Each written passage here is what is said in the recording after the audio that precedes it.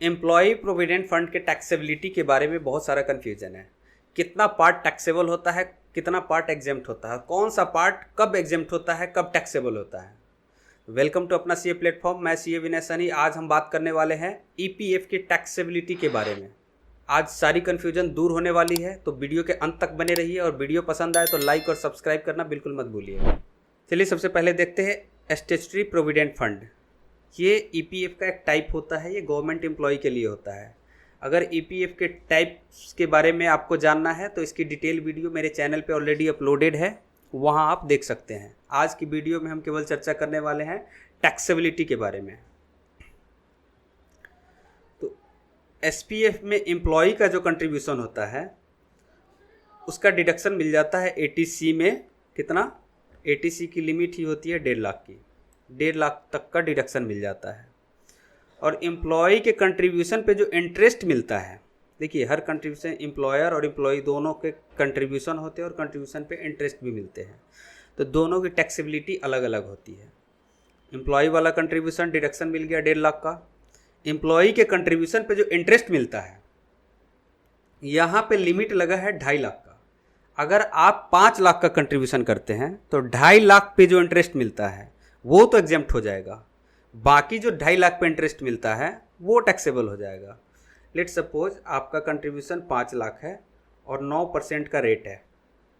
कितना हो गया? टोटल इंटरेस्ट हो गया आपका 45,000 का। 2.5 लाख वाले पार्ट का इंटरेस्ट कितना है? 22,500। ये तो एग्जेम्प्ट हो जाएगा, बाकी बचा 22,500 वो टैक्सेबल हो जाएगा। ठीक है, अब देखते हैं एम्प्लॉयर का कंट्रीब्यूशन। तो एम्प्लॉयर का जो कंट्रीब्यूशन होता है वो पूरा का पूरा एग्जेम्प्ट होता है एसपीएफ के केस में, यानी गवर्नमेंट एम्प्लॉय के केस में। इंटरेस्ट की बात करें तो 5 लाख का लिमिट लगा हुआ है कि 5 लाख तक का जो कंट्रीब्यूशन होता है उस पर जो इंटरेस्ट मिलेगा। यानी अगर एम्प्लॉयर ने 10 लाख का कंट्रीब्यूशन किया, 10 लाख का कंट्रीब्यूशन किया और रेट है 9%, टोटल इंटरेस्ट कितना हुआ? 90,000। तो इसमें 5 लाख तक का कितना इंटरेस्ट हुआ? 45,000। ये तो एग्जेम्प्ट हो जाएगा। 5 लाख के ऊपर वाला जो कंट्रीब्यूशन है उस पर जो इंटरेस्ट मिलेगा 45,000 से ऊपर, बाकी जो बचा 45,000 वो विड्रॉल के टाइम पे टैक्सेबल हो जाएगा। ये भी जो है 2.5 लाख से ऊपर वाला हिस्सा विड्रॉल के टाइम पे ही टैक्सेबल होता है। ठीक है, चलिए अब आगे देखते हैं आरपीएफ, रिकॉग्नाइज्ड प्रोविडेंट फंड। ये प्राइवेट एम्प्लॉय के लिए होता है, लेकिन इनकम टैक्स के द्वारा ये रिकॉग्नाइज्ड होता है। इसका भी लगभग सेम ट्रीटमेंट है, लेकिन कहीं कहीं पे थोड़ा सा बैरियर लगा हुआ है इसमें। अब देखिए एम्प्लॉय का जो कंट्रीब्यूशन है एटीसी में 1.5 लाख का डिडक्शन मिल जाता है, सेम ट्रीटमेंट है। एसपीएफ में भी 1.5 लाख का डिडक्शन मिल रहा था, एसपीएफ में भी, और आरपीएफ में भी 1.5 लाख का डिडक्शन मिलेगा। अब इंटरेस्ट की बात करें एम्प्लॉय कंट्रीब्यूशन के, तो सबसे पहले तो 9.5% का बैरियर लगा हुआ है कि इंटरेस्ट का रेट 9.5% से अगर ज़्यादा है तो ज़्यादा वाला जो अगर हिस्सा है वो टैक्सेबल हो जाता है। 9.5% तक इंटरेस्ट एग्जेम्प्ट होता है। लेकिन उसके अलावा 2.5 लाख का जो बैरियर लगा हुआ था एसपीएफ में वो यहाँ भी है। यानी अगर आपका कंट्रीब्यूशन 5 लाख है और इंटरेस्ट का रेट 9% है, तो देखिए 9% 9.5% से कम है, तो ये वाला बैरियर तो यहाँ पे एप्लीकेबल नहीं होगा। और 2.5 लाख पे कितना हो जाएगा? 9%, 22,500। 2.5 लाख पे 22,500 इंटरेस्ट हो जाएगा, तो 22,500 तो आपका एग्जेम्प्ट हो जाएगा। बाकी बचा 2.5 लाख, उस पर भी मिलेगा 22,500, तो ये टैक्सेबल हो जाएगा। कब टैक्सेबल होगा? जब आप पैसे निकालेंगे तब।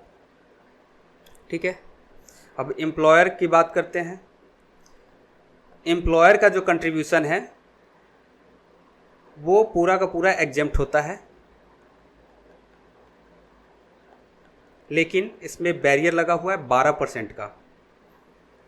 एसपीएफ में एम्प्लॉयर के कंट्रीब्यूशन पे कोई बैरियर नहीं लगा था, यहाँ पे 12% का बैरियर है कि एम्प्लॉयर का कंट्रीब्यूशन कितना होना चाहिए मैक्सिमम, बेसिक प्लस डीए का 12%। Basic salary plus allowance, allowance बहुत सारे मिलते हैं, medical allowance, travel allowance, education allowance, बहुत सारा अलाउंस मिलता है, लेकिन इसके कैलकुलेशन के लिए बेसिक प्लस डियरनेस अलाउंस को ऐड करेंगे, उसका 12% निकालेंगे, जितना भी आएगा उतना तो एग्जेम्प्ट है, उसके ऊपर वाला जो भी पार्ट होगा वो टैक्सेबल हो जाएगा।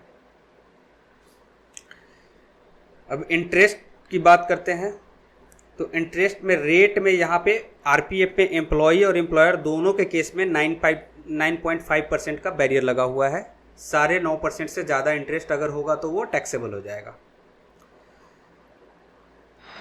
इसके अलावा 5 लाख का जो बैरियर एसपीएफ में था वो यहाँ भी है कि एम्प्लॉयर का कंट्रीब्यूशन अगर 10 लाख है तो 5 लाख वाले पार्ट पे तो एग्जेम्प्ट हो जाएगा इंटरेस्ट, बाकी जो बचा 5 लाख के ऊपर वाला हिस्सा उस पर जो भी इंटरेस्ट मिलेगा वो पूरा का पूरा टैक्सेबल हो जाएगा।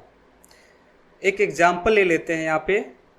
लेट सपोज एम्प्लॉयर का कंट्रीब्यूशन 10 लाख है और इस पे इंटरेस्ट भी मिल रहा है कितना, 10% से। यहाँ पे बैरियर लगा हुआ है 9.5% का। सबसे पहले 5 लाख वाला जो कंट्रीब्यूशन है, 5 लाख जो कंट्रीब्यूशन है, 5 लाख का 10% कितना हुआ, 50,000। तो 9.5% वाला जो हिस्सा है 5 लाख का 9.5% कितना हो जाएगा, 45,000। 45,000 तो एग्जेम्प्ट हो जाएगा। इसके अलावा कितना बचा, 5,000। 50,000 टोटल इंटरेस्ट मिल रहा है, 9.5% के हिसाब से अगर कैलकुलेट करें तो 45,000 आ रहा है। तो 5,000 जो हिस्सा है वो टैक्सेबल हो जाएगा। 10 लाख का कंट्रीब्यूशन है, 5 लाख का इंटरेस्ट का कैलकुलेशन हमने कर लिया कि 50,000 टोटल इंटरेस्ट में से 45,000 एग्जेप्ट हो जाएगा 9.5% के हिसाब से। बाकी जो 0.5% है वो टैक्सेबल हो जाएगा। बाकी बचा 5 लाख, उस पर भी इंटरेस्ट मिलेगा 50,000 का। तो ये पूरा का पूरा टैक्सेबल होगा विड्रॉल के टाइम पे। चलिए अब देखते हैं लमसम ऑन रिटायरमेंट। रिटायरमेंट के टाइम पे जो लमसम अमाउंट मिलता है वो टैक्सेबल होता है या एग्जेम्प्ट। रिटायरमेंट के टाइम पे जो अमाउंट मिलता है वो एग्जेम्प्ट होगा, लेकिन उसके लिए क्या होता है, केवल 4 कारण होना चाहिए रिटायरमेंट के। इन चारों के अलावा किसी भी रीजन से अगर आपने रिटायरमेंट लिया है तो लमसम अमाउंट टैक्सेबल हो जाता है। पहला कारण हेल्थ का, अगर आप बीमार पड़ गए, कोई बीमारी हो गई और उस कारण से आपने रिटायरमेंट ले लिया तो एग्जेम्प्ट है। दूसरा, ट्रांसफ़र टू न्यू एम्प्लॉयर। आप किसी कंपनी में जॉब कर रहे हैं, कंपनी 1, किसी कंपनी 2 में आपको जाना है। तो पहले तो यहाँ पे आपका कंट्रीब्यूशन हो रहा था, इसके साथ जो फंड क्रिएटेड है रिकॉग्नाइज्ड प्रोविडेंट फंड, उसमें पैसा जमा हो रहा है। कंपनी 2 का अलग फंड है, आपको इस फंड से इस फंड में ट्रांसफ़र करना है क्योंकि आप अब इस कंपनी में जाने वाले हैं। तो इस केस में पैसा इसमें से निकल रहा है लेकिन फिर दूसरे फंड में जा रहा है, इसलिए टैक्सेबल नहीं होता है, ये एग्जेम्प्ट होता है। Shut down of employers business. आप जिस कंपनी में जॉब कर रहे थे वो कंपनी ही बंद हो गई, किसी भी कारणवश लॉस हो गया या कुछ भी हो गया, वो कंपनी शट डाउन हो गया, तो उस केस में आपका पैसा निकल जाता है लेकिन आपको टैक्स नहीं लगेगा, वो एग्जेम्प्ट होता है। चौथा, retirement after 5 year of service. आपने कंपनी में 5 साल लगातार जॉब किया है और 5 साल के बाद आप रिटायर हो रहे हैं, तब भी एग्जेम्प्ट हो जाएगा। इसके अलावा कोई भी कारण है आपको टैक्स देना पड़ेगा, एग्जेम्प्ट नहीं होगा।